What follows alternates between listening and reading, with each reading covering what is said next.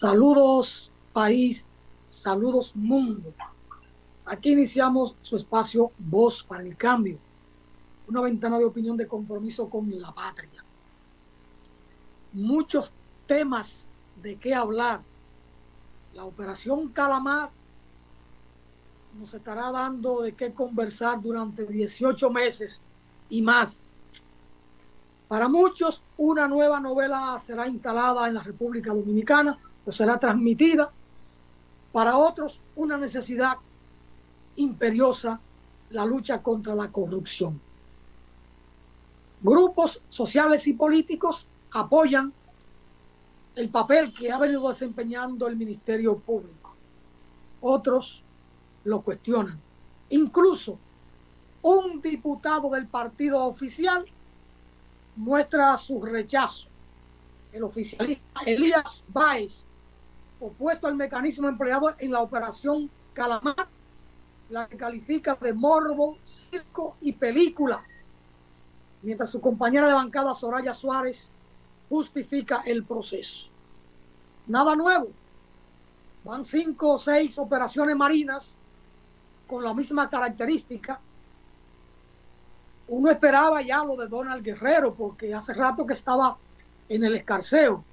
La sorpresa de esta operación es la inclusión de José Ramón Peralta y de Gonzalo Castillo, que uno mismo pensaba que eran seres intocables, y así se consideraban ellos, ¿verdad? Intocables. Pero bueno, han sido tocados. Y qué bueno que han sido tocados. Así son las cosas en este mundo de Dios. Pero bien, ahí le vamos con estos temas. Habrá mucho de qué hablar durante largos ratos sobre la operación Calamar. Naturalmente, están pidiendo 18 meses de prisión preventiva para preparar toda la acusación, ¿verdad? Eso significa que habrá un nuevo gobierno cuando venga a iniciarse el juicio de fondo. Y si ya para entonces no es gobierno el actual y de repente son ellos gobierno, pues, ¿qué pensar? Que el proceso será engavetado. Son las cosas que ocurren en este mundo de Dios. Ahí le vamos, pero ya es un paso importante. Habrá que pensar la actitud de quien venga como Ministerio Público. La actual magistrada general de la República ha dicho que terminado este periodo, si la dejan terminar, no vuelve, porque ya con 76 años a cuesta, dijo ella, no yo, no es como para seguir al frente de ese puesto, sino irse a descansar. Pero bien, los calamares son buenos, me encantan con frito verde y con ensalada verde, ¿verdad? Una lechuguita y eso, uno frito verde, son buenísimos, bien guisaditos, con coco o sin coco, veremos lo que pasa.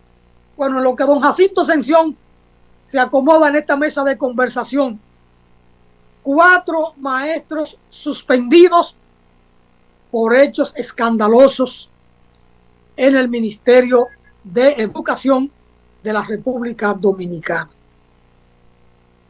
Me dirán que es insignificante lo que representan 4 maestros en una nómina que puede tener 96,000 maestros en el Ministerio de Educación. Que eso en términos porcentual no significa nada. Representa poca cosa. Es una estadística insignificante.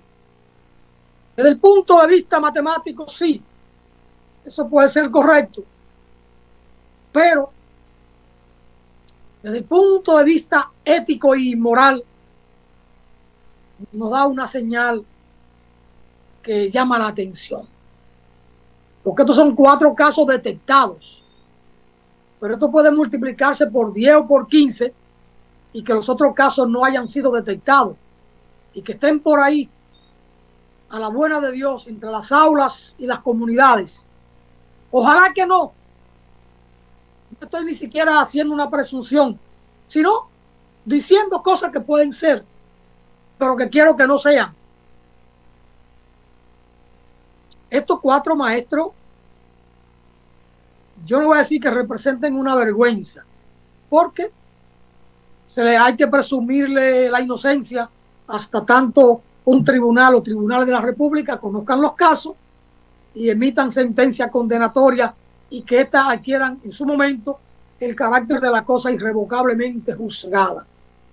De todas maneras, lo que la prensa nos trae es que lo que todos conocemos, el caso del maestro, del profesor John Kelly Martínez, del Liceo César Nicolás Penson de Higüey, y la menor de edad, estudiante Esmeralda Richies,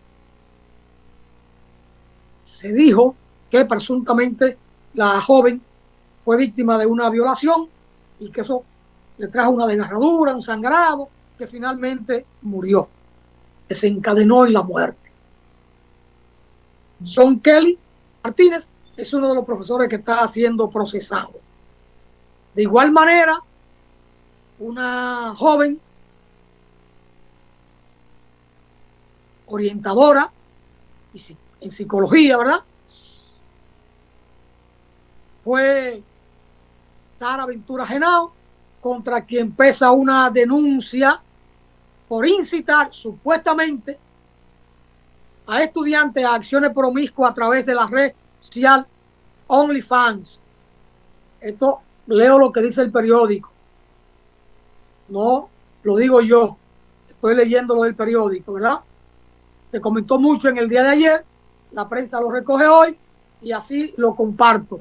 Con el cuidado con que la prensa lo trabaja.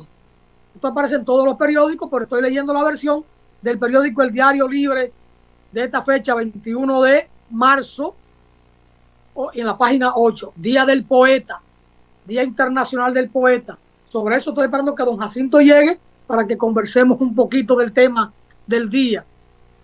Por otra parte, el profesor Felipe Castillo Arias, este fue un caso muy sonado, director de una escuela en Higüey y presidente de la seccional de la ADP, del Sindicato de los Maestros en aquella comunidad, acusado de supuestamente falsificar el título de licenciado en educación de la Universidad Central del Este, utilizando el mismo número de folio y libro de la maestra Mercedes Acosta. Y por último, de los maestros suspendidos por 3 meses, está la maestra Wendy Milagros Félix Pimentel, acusada de impartir docencia con título falso en la escuela primaria Praxis de Félix. El Ministerio de Educación investiga el caso. Son 4 casos que generan escándalo, porque un maestro debe ser un funcionario ético. Y digo un funcionario porque un maestro lo es. Y un maestro, aún en el nivel inicial de inferior jerarquía o de inferior grado, debe ser una autoridad moral. Y es de hecho un funcionario, uno de los funcionarios más importantes en cualquier sociedad, porque es el que tiene a su cargo formar a los niños, a los jóvenes, a los adolescentes, y lo va a preparar para ser ciudadanos, y deben ser ciudadanos de bien, con un nivel de escolaridad y de cultura que los lleve a ser ciudadanos libres, es decir, que sean ciudadanos pensantes. Entonces eso es importante, la labor del maestro. No solo se requiere una competencia profesional, una competencia intelectual, sino y sobre todo la competencia moral, la competencia ética. Los maestros de la generación mía, en el nivel primario y en el nivel secundario, la gran mayoría no tenía un título de licenciado. Eran bachilleres e incluso muchos de los que nos dieron clase en el nivel primario apenas tenían el 8º curso. Pero en la sociedad debían tener una autoridad moral. Y entonces eso era en aquel tiempo mucho más importante que tener un título de licenciado. Lo que nunca sobraba. En aquel entonces tener un título de licenciado o del nivel superior era una prenda muy escasa, pero se requería así la autoridad moral, la prenda moral. De ahí que con esa rectitud nos fueron formando. Y un reglazo o un jalón de oreja nunca estuvo de más. Nunca estuvo de más. Los tiempos han cambiado. La psicología y los psicólogos han contribuido a cambiar el tiempo en materia de la disciplina escolar. Cosa del tiempo y no de España, ¿verdad? Así que esto es importante ver las cosas con estos maestros. Uno quisiera que nunca haya un maestro suspendido a ningún nivel, porque también en el nivel superior se cuecen muchas habas. Se cuecen muchas habas en el nivel superior, sobre todo en el nivel superior público, cosas que no deben ser, pero que ocurren. Porque aquí uno reclama régimen de consecuencia y el régimen de consecuencia debe estar en todos los niveles, en todas las escalas y en todos los espacios. Muchas veces se quiere pedir o se pide régimen de consecuencia para las cosas públicas muy altas o que son muy escandalosas, como el tema de la violencia policial, el tema de la justicia cuando hay jueces y fiscales que fallan, el tema de funcionarios públicos por el tema de la corrupción, ¿verdad? Cuando fallan, uno quiere un régimen de consecuencia. Uno quiere un régimen de consecuencia contra los choferes de concho, de carro público y de guagua que andan en el transporte público o de los camioneros. Uno quiere un régimen de consecuencia contra los que venden plátano o que andan comprando cama y hierro en la ciudad con un ruido infernal, con un altoparlante, pero también en esos espacios como la educación superior también se requiere un régimen de consecuencia. Y hay espacios de educación superior pública donde se conocen nombres, se conocen hechos de diferentes situaciones y cosas que salen a la opinión pública. No solo de docentes, sino hasta del personal administrativo. Recordemos lo que ocurrió en la Universidad Autónoma con una puerta de cristal que rompieron. Y eso fue un hecho público. Y nadie se inmutó. Ningún ministerio público requirió al actor o los actores de aquellos procesos o de aquellos hechos. Pero tampoco la rectora de entonces se inmutó. Nunca dijo esta boca es mía. Y eso es una irresponsabilidad de ambos espacios, de las autoridades de la universidad que no actuaron, que debieron actuar, y del propio Ministerio Público que debió requerirlo, porque hay hechos que cuando son públicos el Ministerio Público puede actuar y debe actuar de oficio. Eso no debió quedar impune, porque requerimos régimen de consecuencia en algunos espacios que nos conviene atacar o cuestionar. No, aquí tan pronto ocurrió el hecho de la Universidad Autónoma, nosotros como Voz para el Cambio comentamos, criticamos el hecho y dijimos esto mismo, que las autoridades universitarias debieron actuar y que el Ministerio Público también debió actuar. Pero bueno, dejan pasar.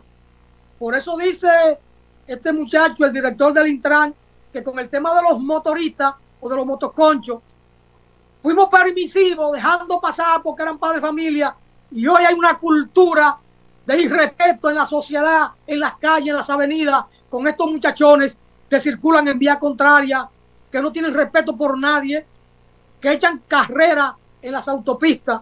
Y yo fui a San Pedro el domingo y cuando regresaba con Fernando Rivas, en aquella autopista del este, una cantidad inmensa de motoristas planchados en el asiento, con los pies para arriba, a 110 de velocidad, 110 kilómetros por hora, un peligro público, porque se ha sido permisivo, tolerante con esa práctica. operativos policiales, con el Ministerio Público, reténganlo y quiten la motocicleta y tránquenlo 3 meses, sin más para acá ni más para allá, porque es un atentado a los conductores que vamos circulando en esas autopistas o avenidas que nos exponen a nosotros y a nuestra familia. Por esa responsabilidad, todas esas cosas tienen que tener un freno en la República Dominicana. Don Jacinto Ascensión, saludo. Excúseme, que a veces uno no pone los frenos en estas cosas, ¿verdad? Uno se emociona hablando de estos temas fuertes. Sí, así mismo, saludo a don Alfonso Torres Ulloa, saludo al amigo Juan Francisco, que sé que está mirando el programa, y a todo ese público, don Alfonso, que siempre está siguiendo Voz para el Cambio como ventana abierta de posibilidades. Pasa que uno o dice las cosas o uno se hace el indiferente, se queda indiferente. Creo que eso no es la cultura nuestra, quedarnos indiferente ante esta sociedad que poco a poco se nos cae, se nos va desvaneciendo de las manos. Cuando uno ve, yo escuchaba a usted hablando camino a la escuela, llevando al niño, y uno pregunta lo que era la figura del docente, del maestro, la calidad moral, el referente dentro de una comunidad, porque yo que soy de un campo, hablar de ser maestro, y de hecho no era todo, en mi campo no había maestro, tenían que trasladarse a veces de otras ciudades para dar clase allá, y la comunidad lo acogía durante la semana, amanecían en casa de familia, porque no era todo el mundo que tenía esa oportunidad de formarse, ir a la escuela, luego a la universidad, o hacer lo que se llama antes, con un bachiller usted lograba ser docente.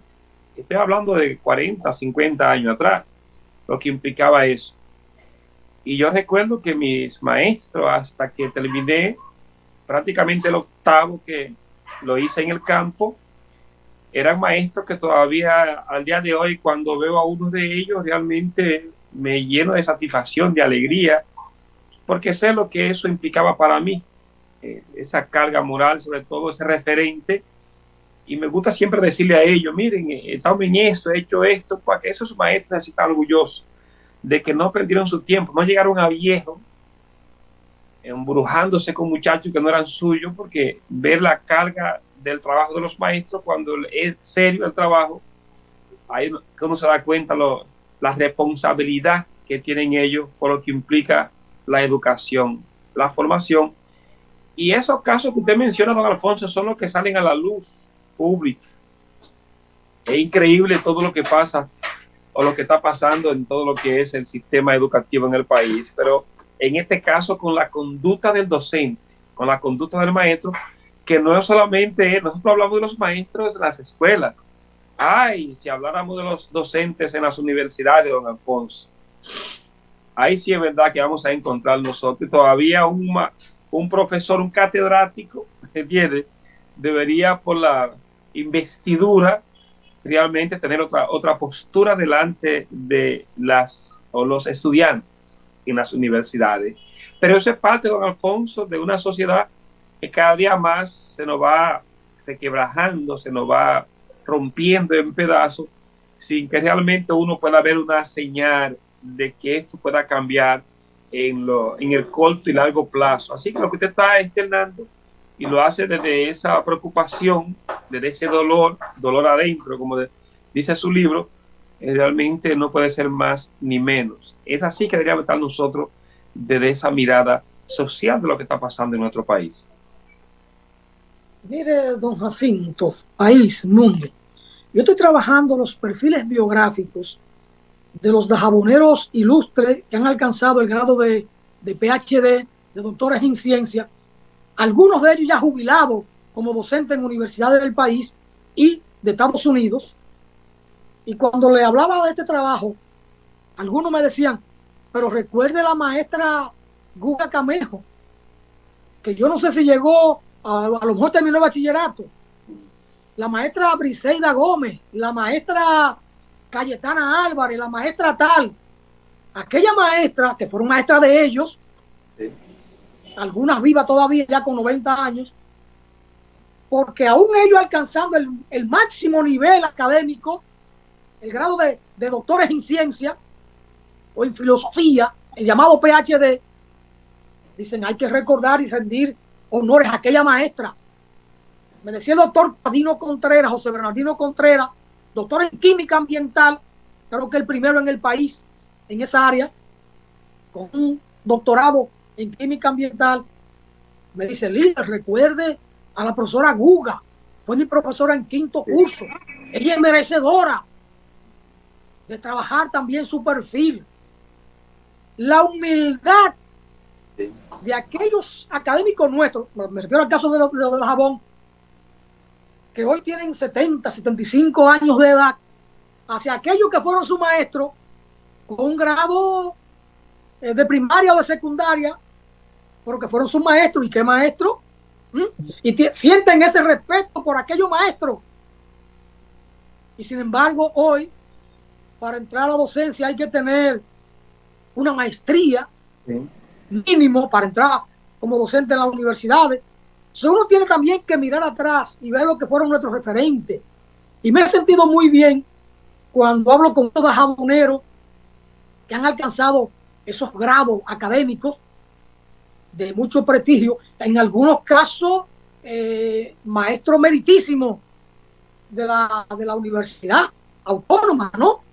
Y miran hacia atrás con ese sentido de respeto a aquellos maestros que sin tener los niveles de ellos, pero que cuando ellos fueron muchachos, eso les marcaron el camino de rectitud, de disciplina, le enseñaron las primeras letras, le brindaron ese primer pan de la enseñanza. Pues esas cosas son importantes, don Jacinto, que hay que mirarla. Ahí le dejo. Y eso es, don Alfonso. Fíjense cómo antes, tal vez con menos titulación académica, de posgrado, maestría, fíjense cuántos doctores tenemos ahora, pero había un mayor aprendizaje, había una mayor seriedad en los procesos de acompañamiento. Y sin embargo, los docentes que tenemos ahora, los maestros que tenemos ahora, todos, es raro, don Alfonso, que no tengan especialidades, porque la cosa se la ha puesto muy fácil. Y más cuando esos títulos se convierten en una carga salarial mucho más elevada. Entonces tenemos mejores maestros de ese tipo, mejor pagado, don Alfonso, que esos recursos no fallan los 25, los 26. Ay, si pagan un 27 para que usted vea cómo están los maestros, ya usted sabe cómo se encienden las redes sociales. Y sin embargo, aquellos maestros, usted recuerda, a veces duraban hasta años sin cobrar, 6 meses sin cobrar, porque no había recursos, no sé qué pasaba con el Estado, y la gente no dejaba de dar su clase, don Alfonso. La gente no evadía el compromiso que tenían mucho más allá de percibir un salario, un pírrimo salario en aquel momento. Entonces ahora tenemos las cosas más fáciles, mejores salarios, más oportunidades. Es raro el maestro, el docente que haga una maestría que no se la pague el Estado. Eso es así. El docente tiene toda la posibilidad, don Alfonso, ahora mismo de, inclusive, hasta cuando van a hacer esa maestría, ese posgrado, tiene el Estado que pagarle el pasaje, tiene el Estado que darle el incentivo, todo eso. Entonces, ¿en qué se convierte eso en la realidad? Que caemos también en lo que estamos todos sumergidos, que es la parte material, la parte económica, sin que realmente podamos nosotros como fortalecer lo que es la vocación en una área tan importante como es la educación, y sobre todo desde un compromiso, don Alfonso, que tenemos nosotros que hacer para poder fortalecer, formar y acompañar a esta generación presente, porque se convierte en la futura. Son los que van luego a educar a nuestros hijos, los que van a trabajar con nuestros nietos. Y entonces, ¿qué futuro le espera a sus nietos, don Alfonso? ¿Qué futuro en este contexto que pinta nuestra sociedad en este momento? Muchas gracias, don Jacinto. Le pido por favor que vayamos a una pausa, Natanael, y retornamos con don Jacinto Ascensión. Ahí tenemos varios comentarios en el chat, lo compartiremos más adelante. Natanael, una pausa, por favor. Aquí esperamos. Un cafecito mientras tanto, don Alfonso.